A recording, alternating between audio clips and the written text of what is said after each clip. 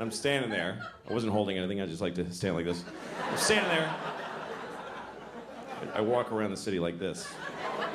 Hi. So I'm standing there, and from behind me over here, I hear this. I hear, and I was like, ooh, okay. This is a crazy person. I mean, it's not a big surprise in New York. Then I heard it again. I was like, all right, I want to see the crazy person. Just want to take a look. So I look over, and it's not what I expected. It wasn't a big homeless guy with 2 sets of headphones that don't work or anything like that. It was a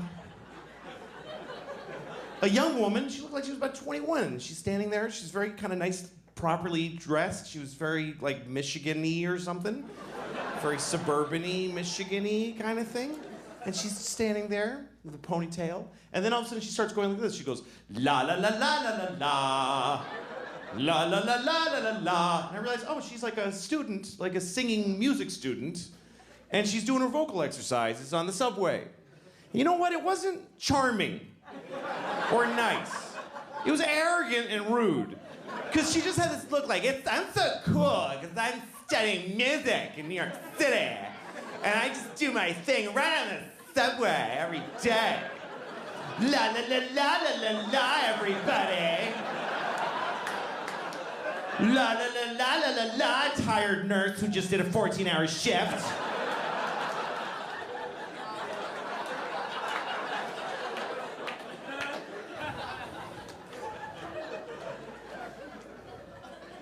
We live in an interesting time, you know?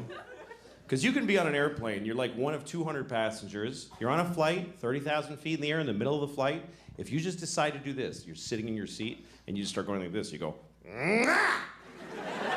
Mwah! Mwah! If you do that and don't stop doing it, they will land the plane.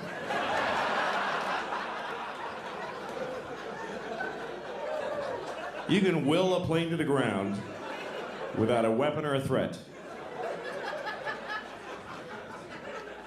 You don't even have to do that much. You could just sit there and just start going, down, down. Seriously, if you were on a plane and you just didn't stop saying down, down, down.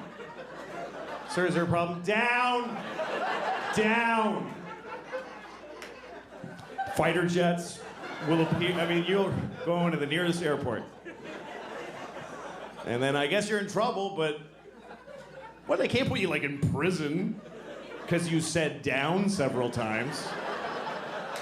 They'd like bother you. Why'd you do? Are you a terrorist? Why'd you do it? I just didn't want to be up anymore. Just didn't like it. I mean, I just said the word of the where I wanted to be. You didn't have to do it. It's just a suggestion. Jesus Christ. I was on a plane once and there was 2 babies on the plane. And other people. Wasn't just me and 2 babies. That would be weird. You get on a plane, there's just 2 babies.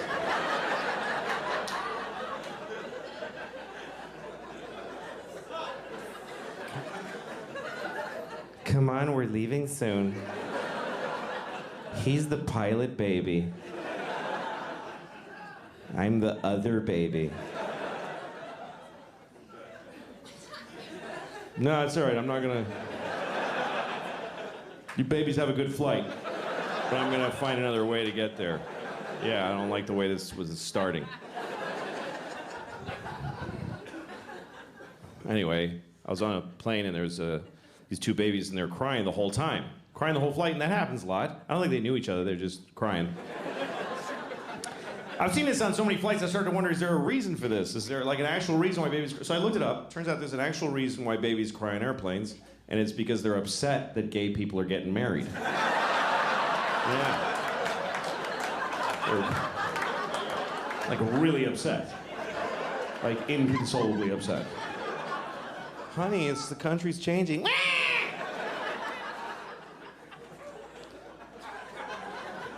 And I don't agree with them. I think if people are in love, they should get married.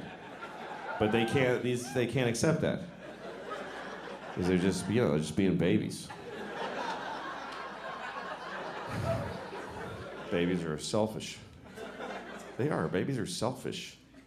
They just, meh. No baby ever goes, meh, but how are you doing, though?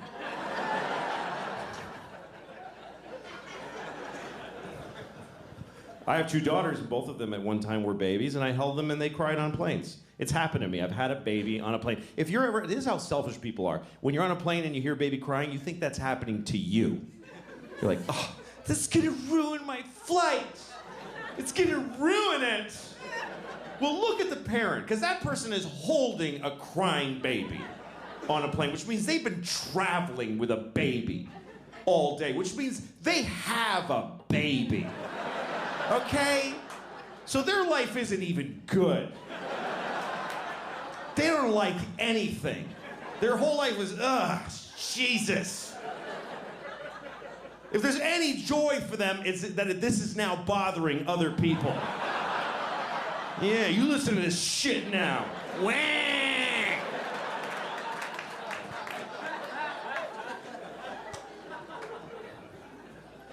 I remember one time my babe was crying on the plane. She was really upset. And this guy, some businessman on the plane, because businessmen always think that every flight is a private plane of theirs that we're all like piggybacking on. And this guy has this fucking newspaper, and he turns around to look at me and my baby, and he looks right at me. He doesn't kind of like go like this. He looks at me like, Like, could ya? Like, oh, I'm sorry, is this bothering you? Let me just...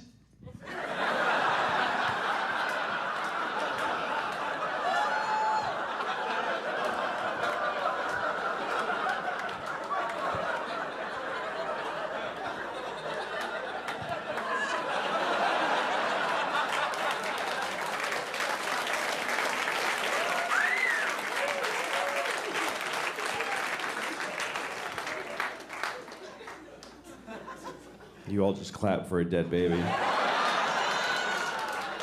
You applauded a dead baby. Yeah. I have 2 children, 9 and 12 years old, both girls. They're both gay. I'm raising them gay. Most people raise their kids straight. I'm just gonna raise mine gay. They'll do what they want later, but as long as they're in my house, they're gay.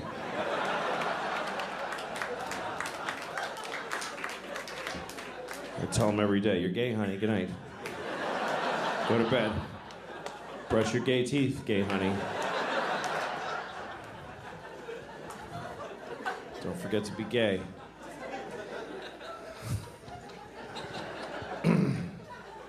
Having children is a big responsibility.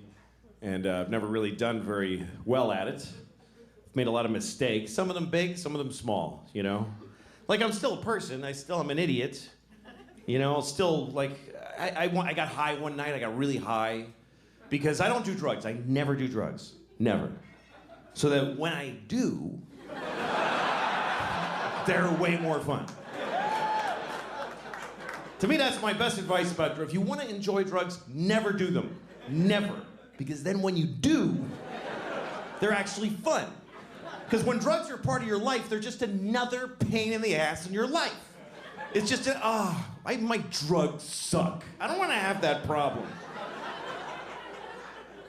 I always want to be that person where it's a new thing. Somebody's like, hey, you want to try this? And I'm like, oh, I don't know, I should.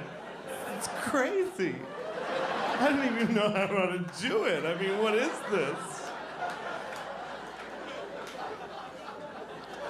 Anyway, I got my friend had the little vape. I'm a little worried, honestly, by the young people with the vaping and they just do this and then they just vape and they just stand on the corner and puff and look at the fucking thing. And I miss you. That's what it is. I miss you people because you used to stand around like this, and I get to go fuck that one, and that one's okay. But now I don't even. I'm just looking at the top of people's heads now. But I didn't realize how, like, my friend. I have a younger friend who vapes, and she told me it's just to kind of like calm down. She's like, I barely feel it, you know. Sometimes it helps me sleep. So one night we're hanging out. I'm like, I'm gonna go home and go to sleep. I mean, I'll just try it. So I took one little tiny hit. I was insane. I was completely insane. I was in my house. I couldn't even walk past the window. I had to go under the windows because I was afraid of the inside of my own brain. So I started texting people, just texting. I'm so high. I'm so fucking high. I'm so high. And I texted, another friend. I'm so high. I want to suck the hot jizz out of my own dick and get higher. That's what I wrote. I'm not bragging. I'm just telling you that's what I wrote. And I sent it. And then later I looked at my text and I was like, I think I might have sent that to my 12-year-old daughter. I think it's possible. And I didn't, but I too easily could have. Now my kids are in my phone. There needs to be some very reliable firewall that says these numbers are much harder to text. That you can't just, whoops, traumatized her irreversibly. That you can go to write to these numbers, I have to solve the Hellraiser puzzle, and I have to, there's two guys with the keys at the opposite room that turn them at the same moment, and there's a warning, are you sure you want to send this picture of your pubic hair to your ex-wife's mother? That's how you want to break the silence 6 years since the divorce. This is my pubic hair. Look at all of my pubic hair. How have you been?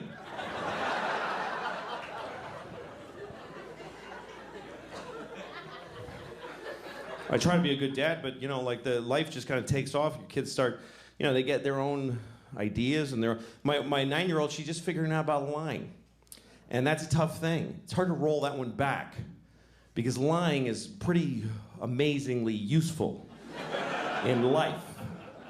It's like, how do you tell a kid not to use a thing that just solves every possible problem? Like magic. How do you... Because that's why kids lie, because they're in trouble. They lie because they're in more trouble than they can take. Because kids, when a 9-year-old lies, it's not for some weird Machiavellian, Do you know what my teacher said about you? It's interesting. They don't just make shit up. They lie because they're in trouble. And it's more than they get, because trouble is too much for a kid. Trouble, for grown-ups, we can take trouble. We don't care, we just go, oh, I'm sorry. Am I in trouble? Whoops. We don't care. But to a little kid, trouble is like this horrible, did you take the chocolate?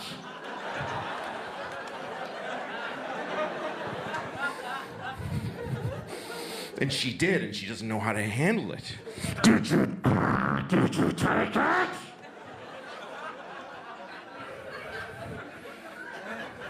No. Well, all right then, have a nice day.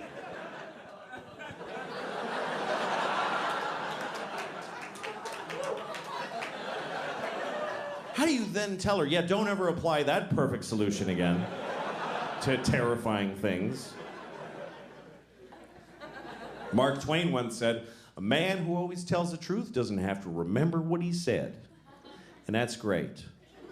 But Mark Twain also said there once was a big black guy named Nigger Jim. So, I don't know if 100% of the things he said were perfectly awesome.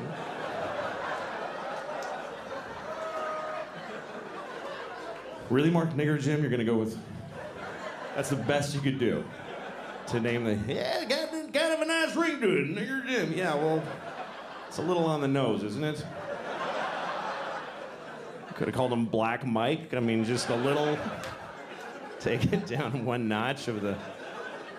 Thanks for that, Mark.